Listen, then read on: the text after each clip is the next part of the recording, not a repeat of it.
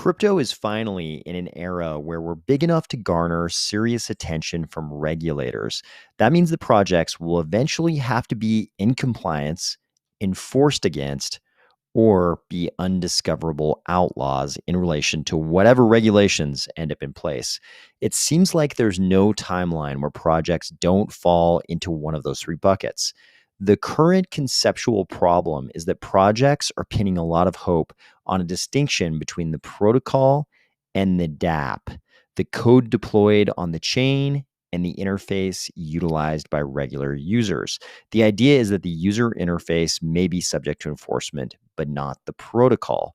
But some thinkers of the space are pointing out that this may be a false hope framed around a distinction without a difference. Hopefully, in Cardano, we can avoid building our whole ecosystem around the same fallacy. Ready? Let's go.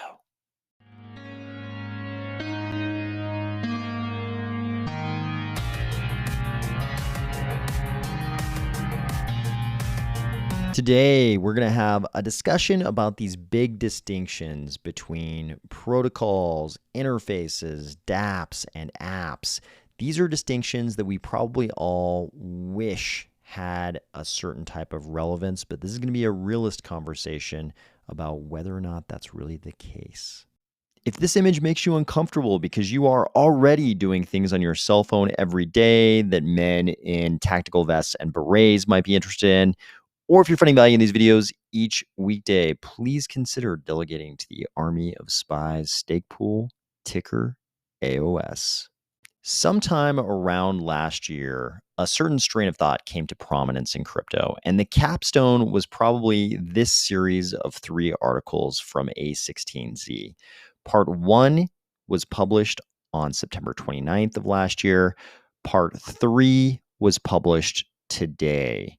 So the way this type of thinking goes, they analogize the evolution of the internet. They say, and I think rightfully so, they say, hey, if governments around the world had decided to try to regulate things like HTTP, email, and FTP, if they hadn't allowed these open source protocols to just kind of exist, and to instead regulate the businesses that were built on top of them, that some of which, of course, did illicit things.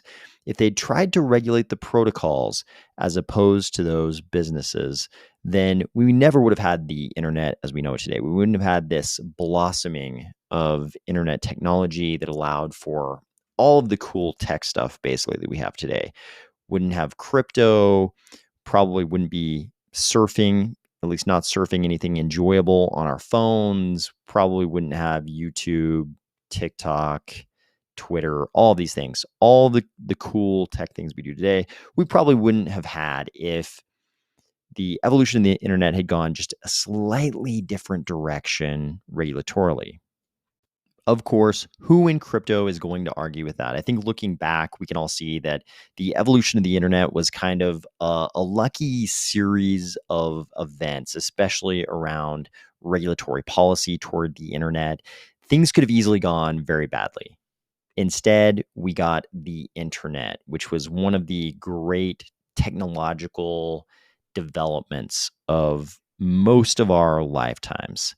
So, of course, the same thinking is applied by these types of parties to crypto. They say, hey, why don't we do the same thing in crypto? We want to see crypto be another one of these great technological developments.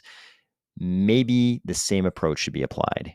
Maybe we just regulate the businesses and not the protocols that they're built on top of. So in part 2 of this series by A16Z, they say Web3 regulation must only apply at the app level, meaning the business is operating end user facing software that provides access to protocols. If you're in Cardano, we more commonly use the dApp parlance, decentralized applications. So you can just think of those two terms interchangeably here. They say Web3 regulation must only apply at the app level, meaning the business is operating end user facing software that provides access to protocols rather than at the protocol level, the underlying decentralized blockchains, smart contracts, and networks that provide the internet with new native functionality. Put more succinctly, regulate businesses, not software. Then they present this nice, simple flowchart that asks just a few questions and tells you here's a whole proposed regulatory framework. It's all so tidy. So, first they ask, is it a protocol or an app? If it's an app, don't apply regulation. Uh, does the app obviate policy objectives of a regulation? Then don't regulate. Does the app not obviate policy objectives of a regulation? If that's the case, then is the app operated by business for profit? Then you can regulate if the regulation's constitutional. Is the app not operated by business for profit? Then you have to ask, is the primary purpose lawful or unlawful? If it's lawful, don't regulate. If the primary purpose is unlawful, then just ask again, is the regulation constitutional? So this is kind of an idealistic view of how regulation should work. I like how they are only asking, is the primary purpose lawful or unlawful? If the primary purpose is lawful, then don't apply regulation. That's sort of like my business is 90% legal, but then there's all that trafficking of exotic substances we do in back. But that's only 10%. That's not the primary purpose. Primary purpose is lawful, so just leave us alone. In part three, they basically examine the role of DAOs in governing these protocols, and they come up with kind of a similar little flow chart. It basically has to do with whether or not the DAO accrues value from operation of the protocol. You're all already familiar with this because we know there's always a question with DAOs running, say, DEXs, whether the DAO token holders will get paid part of the fees from the DEX. So they divide the world up. Do the DAO token holders get money from the operation of the protocol? Yes, no. And then does the DAO's activities run counter to policy objectives? Is the DAO, by engaging in its activities, going to violate regulations? And then they say, yes, no, you can apply safeguards, apply regulations, basically. The only case where they say you shouldn't apply safeguards is when the DAO token holders can't make money from the protocol and the DAO activities cannot run counter to policy objectives.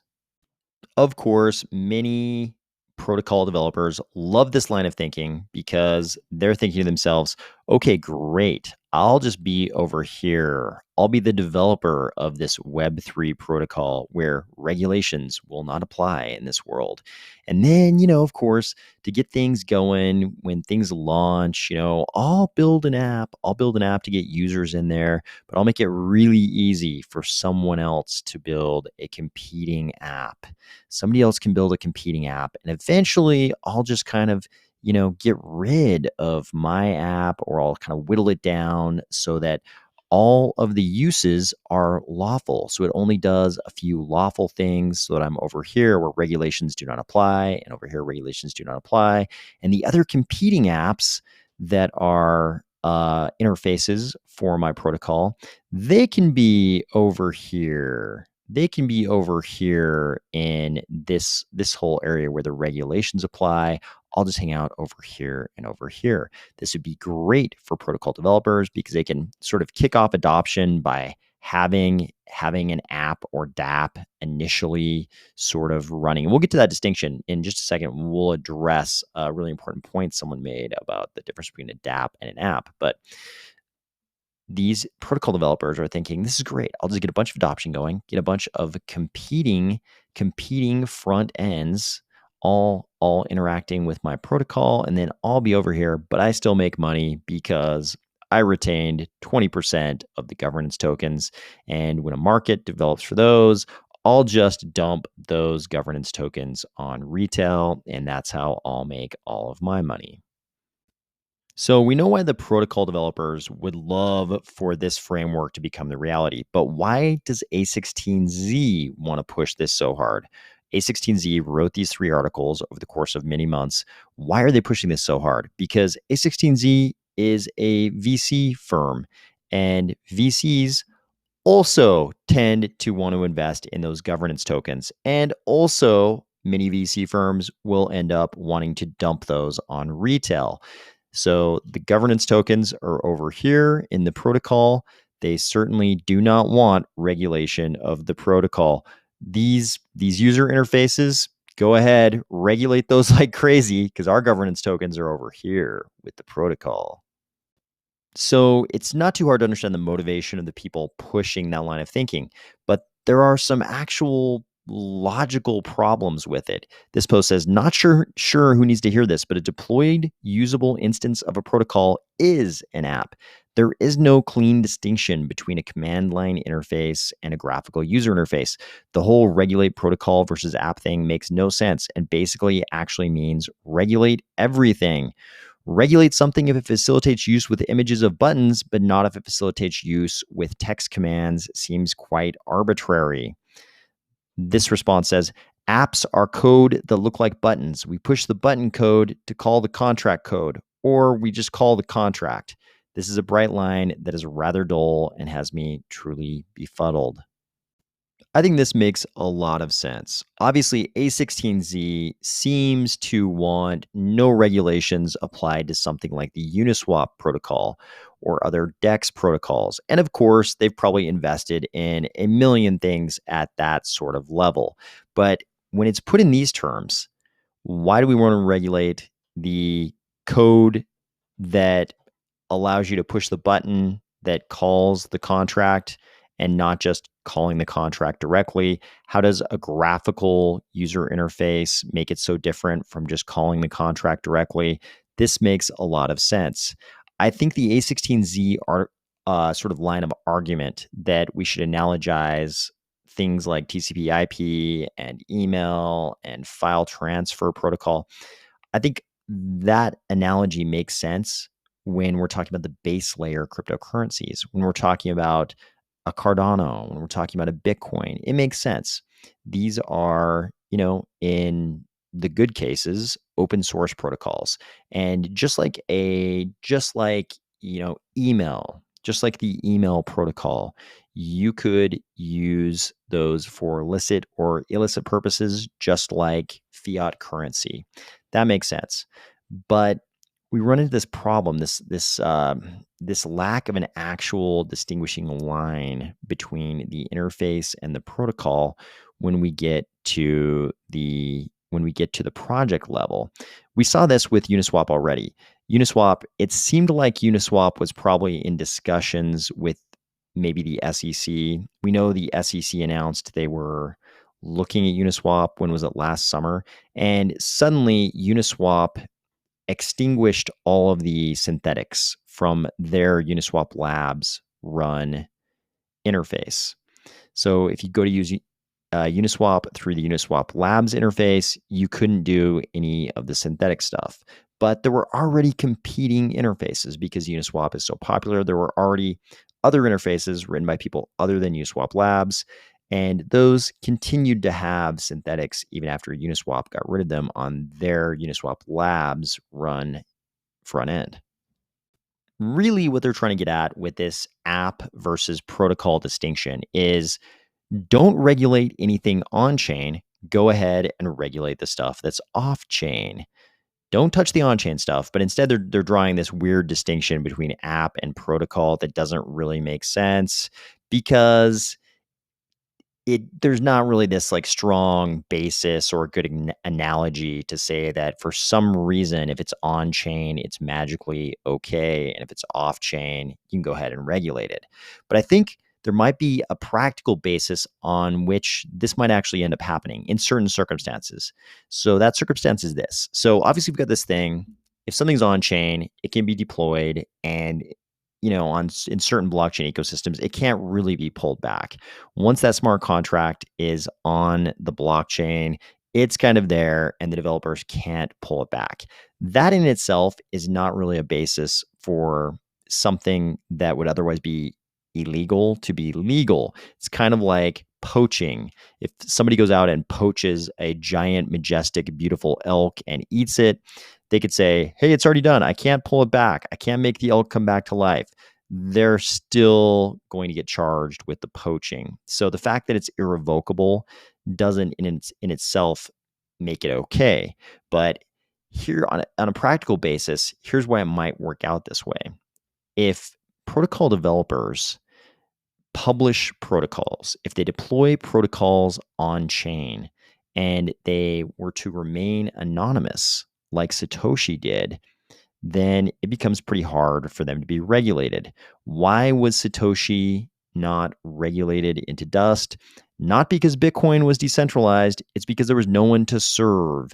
The SEC likes to serve you so that then they can drag you into court. That's what they like to do. Satoshi was not a person they could ever serve. That's why Bitcoin, a protocol, was never regulated. And that's one way in which protocols may remain unregulated in some cases, but that's really a practical problem for the regulators. It's not really any kind of a logical distinction between protocol and app, and it's not some magical conceptual difference between on-chain versus off-chain, as much as we would like all of those things to be true. So that's the practical problem for the regulators with the protocol stuff, the stuff over here. But there's also a practical problem for us in crypto with the protocol stuff. And that's that if the world doesn't, we don't end up in this fantasy world where the entire world accepts this framework. The problem is that the primary purpose of a lot of the protocols is really profit. The primary purpose is profit. The protocol, again, we're saying that this is not the case, but we can still use their kind of analysis of this profit-based project. So if we say that the purpose of the business is profit, and that profit is going to be the protocol developer making money on his governance tokens, and then we look at the actual purpose of a lot of these protocols.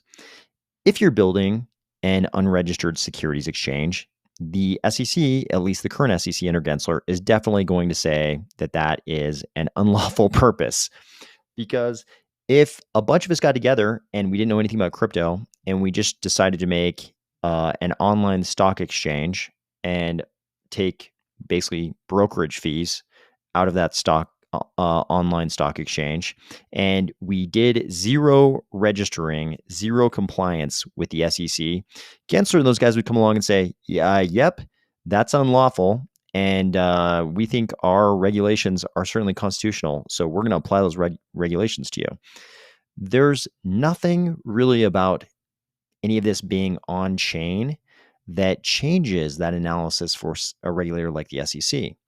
They think, I get the impression that they seem to think that all cryptos are securities, and that if they're all securities, then DEXs are basically online securities exchanges. So unless we get some kind of a miraculous policy decision that says, hey, Uniswap really is just like HTTP, so we're gonna draw this magic line between off-chain and on-chain, and anything on-chain can't be regulated. SEC, all the senators get together. All of them get together. Elizabeth Warren and everybody get together and they say, nope, Uniswap is just like HTTP. It is not an unregistered online securities exchange. And we're going to draw a magic line. If it's on chain, free pass. If it's off chain, SEC, unleash the dogs. Unless we get that kind of a miraculous policy decision, I think the SEC is going to look at all this, throw all of that off the table and just say, hey, did you create an online securities exchange without registering with us? Well, then regulations will apply. Finally, on the distinction between dApps and apps, Alessandro had something interesting to say. He said, it's easy to get lost in all the noise here, but to me, it was always important to follow certain principles. When I joined the Cardano ecosystem, I've really tried to live up to most of the promises and hopes of the Web3 space. We use the term dApp and smart contract on a daily basis. Do we really understand these terms? dApp stands for decentralized application. Can something be decentralized when it's closed source? Probably not. Can something be decentralized when the contract is open source, but the contract executed on chain is not reproducible from the claimed used smart contract? How will I ever know the right contract was used here? I will likely never find out and have to trust the creators. I think we're going to have to move toward open source in almost everything in crypto if we want to avoid being regulated to this state where basically the only ones who can comply with the regulations are the TradFi actors. If Wall Street comes in and replaces all of DeFi, we've kind of lost the battle. I think everything being open sourced is probably one of the necessary ingredients to avoid that future. I hope you're having a great week, and I'll talk to you tomorrow.